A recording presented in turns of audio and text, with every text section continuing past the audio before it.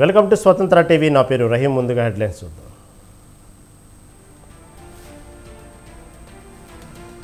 ఏపీలో ఎన్డీఏ కూటమి ప్రభుత్వం రాబోతుంది.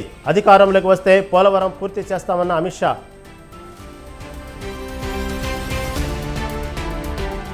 పట్టాదారు పాసు పుస్తకాలపై జగన్ బొమ్మలేంటి? అమరావతి ఏపీ రాజధాని అన్న బాబు.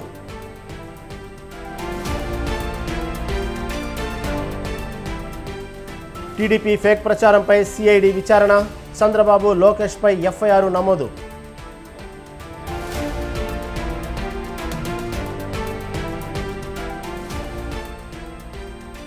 కాంగ్రెస్ అధికారంలోకి వస్తే రిజర్వేషన్లు పెంచుతాం. బీజేపీ విద్వేషాలను రెచ్చగొడుతుందన్న రాహుల్.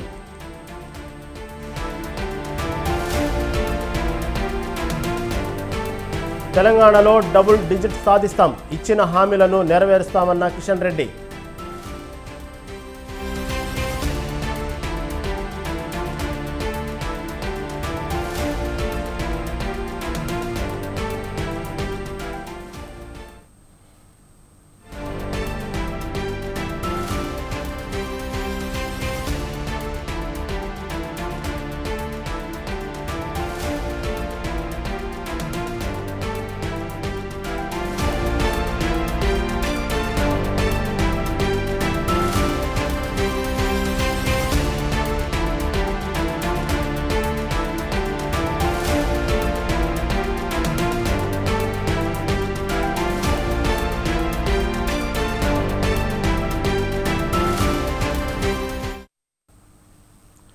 బ్రేకింగ్ న్యూస్ చూస్తున్నాం. టీడీపీ అధినేత నారా చంద్రబాబు లోకేష్పై కేసు నమోదైంది. ల్యాండ్ టైటిలింగ్ యాక్ట్పై అసత్య ప్రచారం చేస్తున్నారంటూ వైసీపీ నేతలు ఇచ్చిన ఫిర్యాదుతో దర్యాప్తు చేయాలని ఎన్నికల సంఘం ఆదేశించింది. దాంతో సిఐడి అధికారులు చంద్రబాబు లోకేష్పై కేసు నమోదు చేసినట్లు తెలుస్తోంది. A1గా చంద్రబాబు, A2గా నారా లోకేష్ పేర్లను సిఐడి ఎఫ్ఐఆర్లో చేర్చింది.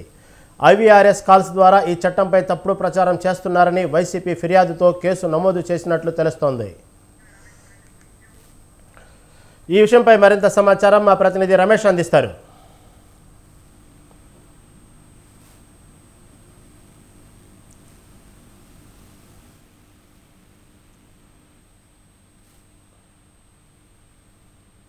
రమేష్,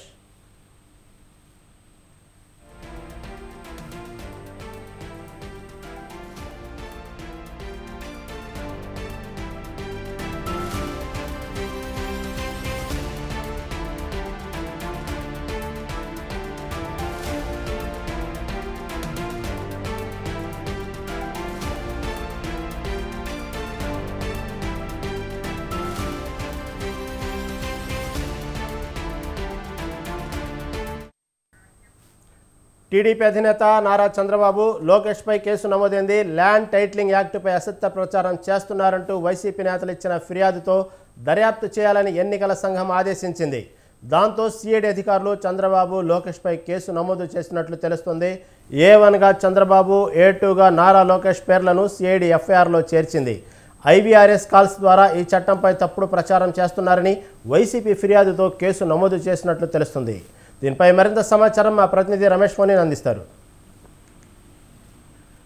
రహీం, టీడీపీ అధినేత చంద్రబాబు నాయుడు అదేవిధంగా ఆయన తనయుడు లోకేష్ పైన ఈరోజు ఏపీసీఐడి కేసు నమోదు చేసింది. ప్రధానంగా ఈ కేసును ఒకసారి చూస్తే ల్యాండ్ టైటిలింగ్ యాక్ట్ కి సంబంధించి ప్రతిపక్షాలు తప్పుడు ప్రచారం చేస్తున్నాయంటూ వైఎస్ఆర్ కాంగ్రెస్ పార్టీ గత కొద్ది రోజులుగా చెప్తున్నటువంటి పరిస్థితి కూడా ఉంది. ల్యాండ్ టైటిలింగ్ యాక్ట్ వల్ల ప్రజల ఆస్తులను దోచుకుంటారు, భూములను అధికార పార్టీ నేతలు దోపిడీ చేయడం కోసమే ఈ యాక్ట్ తీసుకొచ్చారంటూ ఇటు టీడీపీకి సంబంధించినటువంటి చంద్రబాబు కావచ్చు, ఇతర నేతలు కూడా తీవ్ర ఆరోపణలు చేస్తూ ఉన్నారు. అదే సందర్భంలో IVRS కాల్స్ ద్వారా కూడా ఈ తప్పుడు ప్రచారానికి పాల్పడుతున్నారంటూ వైఎస్ఆర్ కాంగ్రెస్ పార్టీ చెప్తుంది. దీనికి సంబంధించి నిన్న వైఎస్ఆర్ కాంగ్రెస్ పార్టీ రాష్ట్ర ఎన్నికల సంఘానికి ఫిర్యాదు కూడా చేసింది. ఈ ఫిర్యాదును పరిశీలించిన రాష్ట్ర ఎన్నికల సంఘం ల్యాండ్ టైటిలింగ్ యాక్ట్ కి సంబంధించి జరుగుతున్నటువంటి ప్రచారం పైన విచారణ జరిపించాలంటూ ఏపీసీఐడిని ఆదేశించడం జరిగింది. దీంతో ఏపీసీఐడి ఈ అంశానికి సంబంధించి విచారణ చేపట్టింది. అందులో భాగంగా టీడీపీ అధినేత చంద్రబాబుతో పాటు ఆయన తనయుడు లోకేష్ పైన కేసులు నమోదు చేయడం జరిగింది. చంద్రబాబును A1 గాను, ఆయన తనయుడు లోకేష్ ను A2గా ఈ కేసులో సిఐడి పేర్కొన్నటువంటి పరిస్థితి కూడా ఉంది. అంతేకాకుండా సిఐడి అధికారులు కొద్దిసేపు క్రితమే టీడీపీ కార్యాలయానికి కూడా వెళ్లారు. అక్కడ నోటీసులు కూడా జారీ చేయడం జరిగింది. ఈ ఐబీఆర్ఎస్ కాల్స్ ద్వారా ఎవరెవరైతే తప్పుడు ప్రచారానికి పాల్పడుతున్నారో వారందరినీ గుర్తించే పనిలో కూడా ఏపీసీఐడి ఉంది. తప్పుడు ప్రచారానికి పాల్పడుతున్న వారిపైన కఠిన చర్యలు తీసుకునేందుకు కూడా ఏపీసీఐడి సిద్ధమవుతున్నటువంటి పరిస్థితి కూడా ఉంది. ప్రధానంగా ఏపీ ల్యాండ్ టైటిలింగ్ యాక్ట్ ఏదైతే ఉందో ఈ యాక్ట్ వల్ల ప్రజలకు నష్టం జరుగుతుందనే ఒక అపోహను ప్రజల్లోకి తీసుకువెళ్తున్నారు. ఈ అపోహను ప్రజల్లోకి తీసుకువెళ్ళడం ద్వారా రాజకీయంగా లబ్ధి పొందాలని తెలుగుదేశం పార్టీ నేతలు చేస్తున్నారని వైఎస్ఆర్ కాంగ్రెస్ పార్టీ ఆరోపిస్తుంది. దీనికి సంబంధించి ఎన్నికల సంఘానికి ఫిర్యాదు చేసినటువంటి నేపథ్యంలోనే అటు ఏపీసీఐడి కూడా చంద్రబాబు పైన లోకేష్ పైన కేసు నమోదు చేసినట్లు చెప్పుకోవచ్చు. Rahim, thank you Ramesh.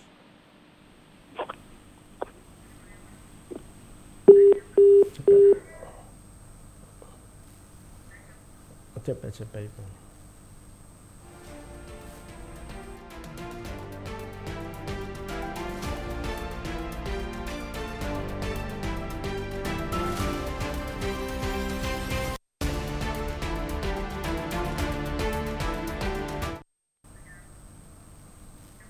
BJP మళ్లీ అధికారంలోకి వస్తే రిజర్వేషన్లు రద్దు చేస్తుందని కాంగ్రెస్ అగ్రనేత రాహుల్ గాంధీ అన్నారు. నిర్మల్లో నిర్వహించిన ఎన్నికల ప్రచార సభలో పాల్గొన్న రాహుల్ కేంద్రంలోని బీజేపీ సర్కార్పై తీవ్ర విమర్శలు చేశారు. పేదల హక్కులను హరించి ధనికులకు ప్రయోజనం చేకూర్చడమే బీజేపీ లక్ష్యమని ఆరోపించారు. రైతులకు రుణమాఫీ చేస్తామంటే మమ్మల్ని ప్రశ్నిస్తున్నారని అన్నారు. పెద్దలకు బీజేపీ రుణమాఫీ చేస్తే మాత్రం ఎవరు అడగటం లేదన్నారు. ఈ ఎన్నికలు రెండు సమూహాల మధ్య జరుగుతున్నాయని చెప్పారు. ఒకవైపు రాజ్యాంగాన్ని రక్షించే కాంగ్రెస్ ఉందని రాహుల్ స్పష్టం చేశారు.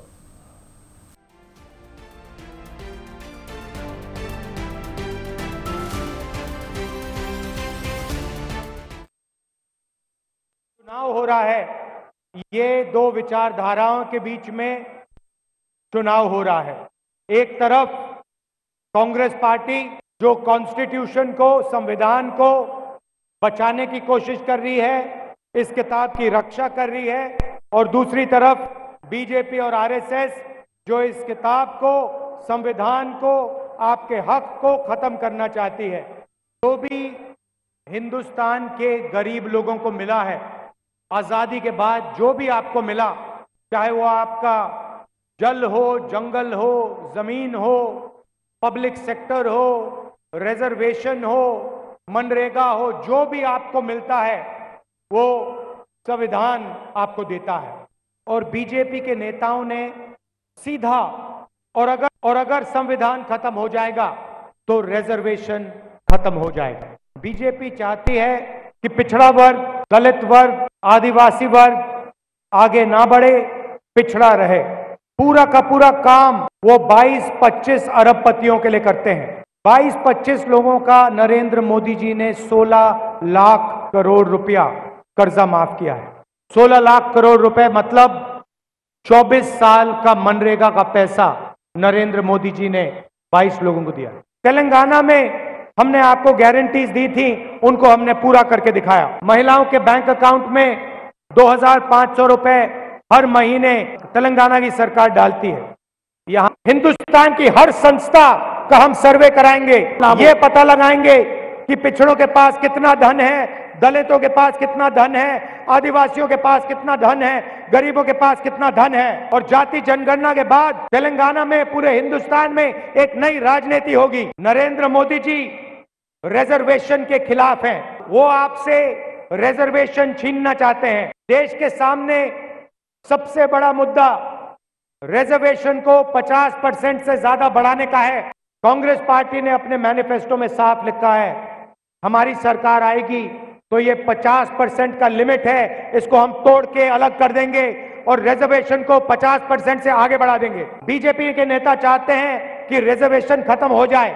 आप देखिए, रिजर्वेशन पब्लिक सेक्टर में हुआ करता था, सरकारी कंपनियों में हुआ करता था। रिजर्वेशन हटाने के लिए नरेंद्र मोदी जी ने सारा का सारा पब्लिक सेक्टर प्राइवेट कर दिया है। प्राइवेटाइजेशन का मतलब रिजर्वेशन हटाना है। हिंदुस्तान की हर संस्था का हम सर्वे कराएंगे, ये पता लगाएंगे कि पिछड़ों के पास कितना धन है, दलितों के पास कितना धन है, आदिवासियों के पास कितना।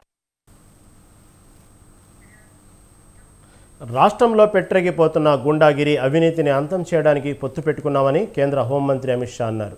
రాష్ట్రంలో రోజురోజుకు పెరుగుతున్న ల్యాండ్ మాఫియాలను అంతం చేస్తామని హామీ ఇచ్చారు. సత్యసాయి జిల్లా ధర్మవరం నియోజకవర్గంలో ఏర్పాటు చేసిన భారీ బహిరంగ సమావేశంలో అమిత్ షా కీలక వ్యాఖ్యలు చేశారు. అమరావతిని రాజధానిగా చేయడానికి పొత్తు పెట్టుకున్నామన్నారు.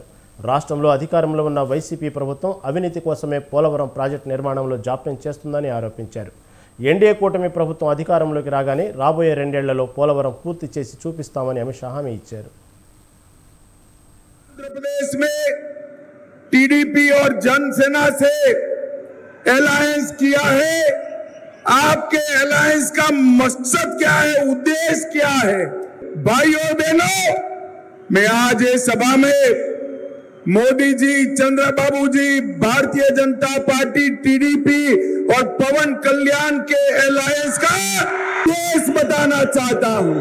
हम अपराध को आंध्र प्रदेश से एक गुंडागर्दी और अपराध को समाप्त करने के लिए अलायंस किए हैं. आंध्र प्रदेश से ये रैंपड करप्शन को समाप्त करने के लिए अलायंस किया है. आंध्र प्रदेश से लैंड माफियाओं को समाप्त करने के लिए अलायंस किया है. पोलावरम पूरे आंध्र प्रदेश की लाइफलाइन है. ये पोलावरम प्रोजेक्ट आंध्र प्रदेश का जब डिवीजन हुआ तब केंद्र सरकार ने मंजूर किया था, परंतु जगन जी की सरकार ने अपने करप्शन से पोलावरम प्रोजेक्ट को लगभग डिरेल कर दिया है. भाई और बहनों, मैं आपको एक मोदी गारंटी कहने आया हूं. आप आंध्र प्रदेश में चंद्रबाबू जी की सरकार बना दीजिए, ऊपर नरेंद्र मोदी सरकार बना दीजिए. 2 ही साल में पोलावरम प्रोजेक्ट को हम समाप्त कर किसानों के खेत तक पानी पहुंचाएंगे. भाई और बहनों, अभी ये इंडिया अलायंस वाले घूमते हैं और कहते हैं कांग्रेस पार्टी को बहुमत दो, इंडिया अलायंस को बहुमत दो. भाइयों बहनों, आप मुझे बताओ, क्या शरद पवार जी प्रधानमंत्री बन सकते हैं क्या? ममता बनर्जी बन सकती है क्या? स्टालिन बन सकते हैं क्या? उद्धव ठाकरे बन सकते हैं क्या? अब मैं एक नाम और बोलने जाता हूं. हंसना मत भाइयों, जरा भी मत हंसना. मैं एक और नाम बोलने जाता हूं. राहुल बाबा बन सकते हैं क्या? भाई और बहनों, इनके साथ प्रधानमंत्री पद का कोई कैंडिडेट ही नहीं है.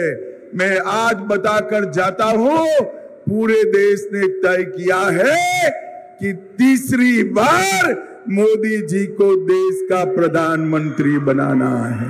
मोदी जी को प्रधानमंत्री बनाने का मतलब है इस देश को सुरक्षित करना. मोदी जी को प्रधानमंत्री बनाने का मतलब है आतंकवाद और नक्सलवाद को समाप्त कर देना. मोदी जी को प्रधानमंत्री बनाने का मतलब है 3 करोड़ लखपति दीदी बनाना. मोदी जी को तीसरी बार प्रधानमंत्री बनाने का मतलब है 4 करोड़ गरीबों को घर देना. भाई और बहनों, मोदी जी को प्रधानमंत्री बनाने का मतलब है 10 करोड़ लोगों को घर में सूर्य घर योजना से मुफ्त बिजली देना. भाई और बहनों, मुझे बताओ, अयोध्या में राम मंदिर बनना चाहिए था या नहीं बनना चाहिए था? आपने मोदी जी को दूसरी बार प्रधानमंत्री बनाया. मोदी जी ने 5 साल में केस भी जीता, भूमि पूजन भी किया और प्राण प्रतिष्ठा कर जय श्री राम कर दिया. ఏపీ రాజధానిగా అమరావతి ఉంటుందని టీడీపీ అధినేత చంద్రబాబు స్పష్టం చేశారు. 3 ముక్కలాటతో ఏ రాజధాని లేకుండా చేసిన దుర్మార్గుడు జగన్ అంటూ ఫైర్ అయ్యారు. కూటమి గెలిచాక అమరావతిని దేశంలోనే నెంబర్ 1 రాజధానిగా చేసే బాధ్యత తీసుకుంటామని హామీ ఇచ్చారు. అమరావతిని ప్రపంచ పటంలో పెట్టే బాధ్యతను ఎన్డీఏ తీసుకుంటుందన్నారు. ధర్మవరంలో కేంద్ర మంత్రి అమిత్ షాతో కలిసి కూటమి ఎన్నికల ప్రచార సభలో పాల్గొన్నారు. దేశంలో రాబోయేది ఎన్డీఏ కూటమి ప్రభుత్వమేనని, మరోసారి మోదీనే ప్రధాని కాబోతున్నారని చంద్రబాబు చెప్పారు. అమిత్ షా అమరావతి కట్టుబడి ఉన్నామని తేల్చి చెప్పారని చంద్రబాబు తెలిపారు.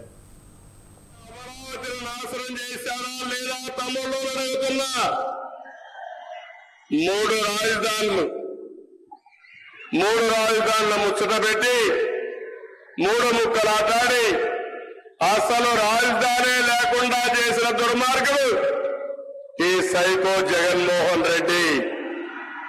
ఇప్పుడు అర్థమైందా మీ అందరికీ? మన రాజధాని అమరావతి 4వ తారీఖున మీరు ఓటేసిన తర్వాత అటు కేంద్ర సహకారంతో మళ్ళీ అమరావతిని భారతదేశంలో నెంబర్ 1 రాజధానిగా చేసే బాధ్యత మాదని మీ అందరికీ హామీ ఇస్తున్నా. ఈ దుర్మార్గులు ఒకసారి మీరు చూస్తే మన అమరావతిని నాశనం చేశారా లేదా తమ్ముళ్ళు అడుగుతున్నా. 3 రాజధానుల ముచ్చట పెట్టి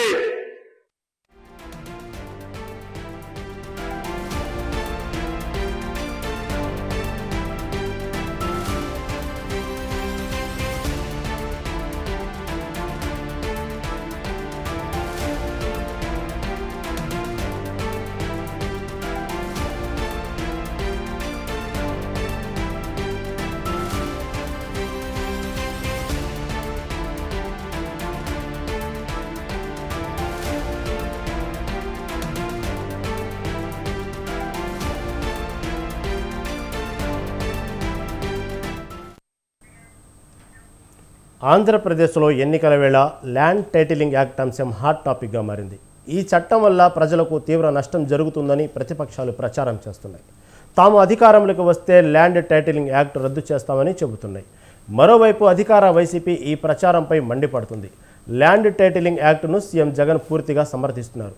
ఈ యాక్ట్ అమల్లోకి వస్తే భవిష్యత్తులో ఎలాంటి వివాదాలకు తావు ఉండదంటున్నారు.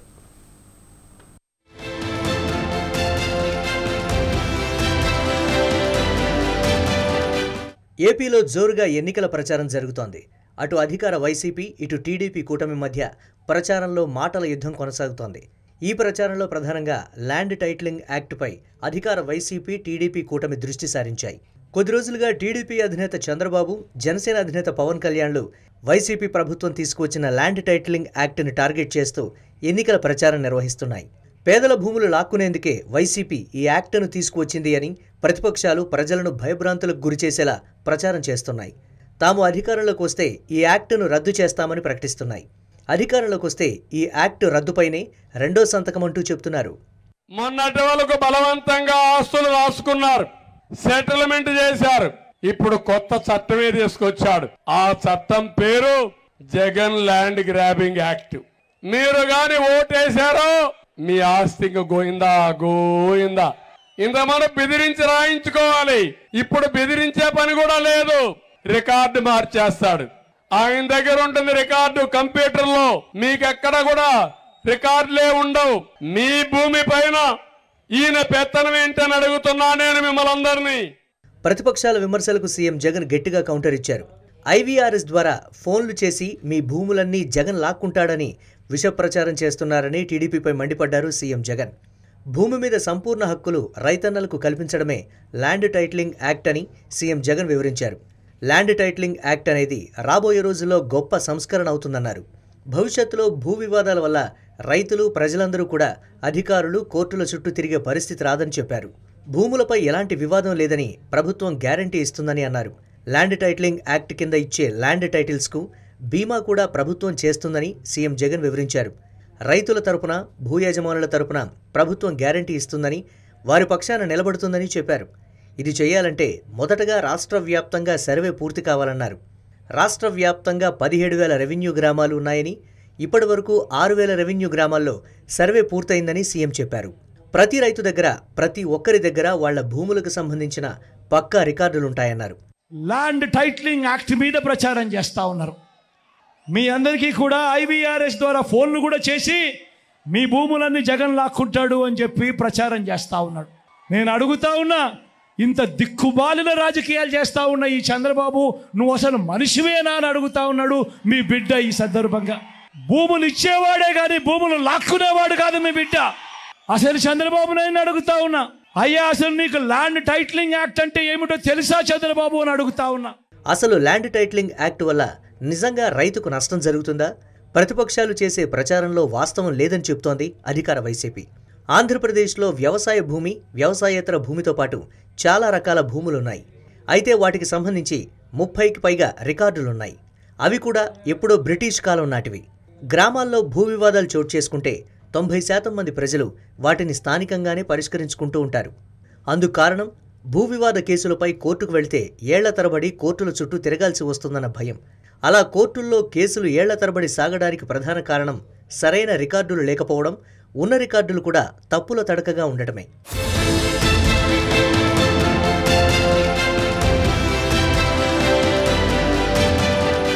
భూములకు సంబంధించి చాలా సమస్యలుంటాయి. వాటిని పరిష్కరించి భూ యజమానికి ఆ భూమిపై పక్కా యాజమాన్యపు హక్కు కల్పించి వారి వారసులకు భవిష్యత్తులో కూడా ఎలాంటి ఇబ్బంది లేకుండా చేయడమే ఈ ల్యాండ్ టైటిలింగ్ యాక్ట్ ముఖ్య ఉద్దేశం. అలాగే రాష్ట్రంలో ఎంత భూమి సాగులో ఉంది, వ్యవసాయేతర భూమి ఎంత ఉంది, ఎవరి అధీనంలో ఉంది అనే విషయాలు టైటిల్ రిజిస్టర్లో నమోదు చేస్తారు. ప్రస్తుతం ఉన్న రికార్డుల్లో భూమి మన పేరున ఉన్న వేరే వ్యక్తులు ఆ భూమి తమదేనని అప్పీల్ చేసుకునే అవకాశం ఉంది. కానీ ల్యాండ్ టైటిలింగ్ యాక్ట్ అమల్లోకి వస్తే భూమి యజమానులకు అలాంటి తలనొప్పి ఉండదు. యజమాని తప్ప ఇతరులెవరూ ఇది నా భూమి అని యజమానులపై కేసులు వేసే అవకాశం ఉండదు.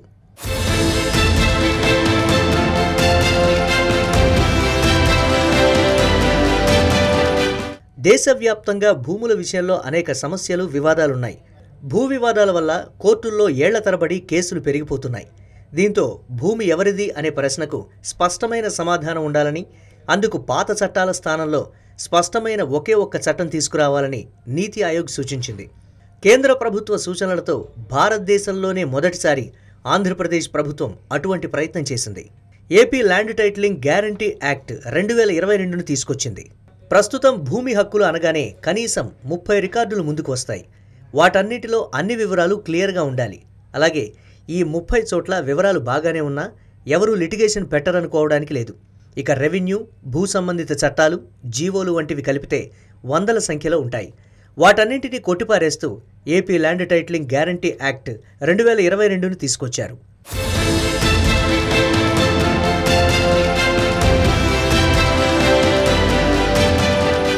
కొత్త చట్టం ప్రకారం ఒకసారి రికార్డులో మీ పేరు చేరి మీరే అసలైన ఓనర్ అని చెబితే ఇక అది తిరుగులేని ఆయుధమవుతుంది. ఇక ఎవరూ దానిపై కేసు వేయలేరు. ఆ భూమిని మీ నుంచి ఎవరూ తీసుకోలేరు. ఒకసారి మీ పేరిట వచ్చిన భూమిని వేరే ఎవరైనా తమ పేరుకు మార్చుకున్నా ప్రభుత్వమే గ్యారంటీగా నష్టపరిహారం ఇస్తుంది. అందుకే దీన్ని టైటిల్ గ్యారంటీ అన్నారు. టైటిల్ రిజిస్ట్రేషన్ ఆఫీసర్ ఇచ్చే భూమి పత్రాలు, హక్కులు సరళంగా ఉంటాయి. లింక్ డాక్యుమెంట్లు, వారసత్వ తగాదాలు ఏమీ ఉండవు. ఈ చట్టం అమలైతే అన్ని రకాల భూముల రికార్డుల స్థానంలో ఒకే ఒక టైటిల్ రిజిస్టర్ వస్తుంది. వ్యవసాయ భూమి, వ్యవసాయేతర భూమి, ఆ భూమి ఏ శాఖదైనా, ఏ వ్యక్తిదైనా, ఏ భూమైనా సరే దాని హక్కుదారు ఎవరనేది ఒకే రిజిస్టర్లో ఉంటుంది. ఈ టైటిల్ రిజిస్టర్ని చట్టపరంగా కంక్లూజన్ రికార్డ్ అని పిలుస్తారు. అదే తుది రికార్డ్. టైటిల్ నిర్ధారణ అయిన 2 ఏళ్లలోపే దాన్ని ఛాలెంజ్ చేయాలి. అలా చేయని పక్షంలో టైటిల్ రిజిస్టర్లో ఉన్న పేరే ఖరారవుతుంది. ఈ చట్టం ప్రకారం టైటిల్ నిర్ధారించే క్రమంలో భూ సమస్యలు ఏర్పడితే పరిష్కారం కోసం ట్రిబ్యునళ్ల వ్యవస్థ ఏర్పాటవుతుంది. టైటిల్ రిజిస్టర్లో నమోదైన వివరాలకు ప్రభుత్వం పూర్తి బాధ్యత వహిస్తుంది. ప్రస్తుతం రికార్డులో ఉన్న వివరాలకు ప్రభుత్వ గ్యారంటీ లేదు.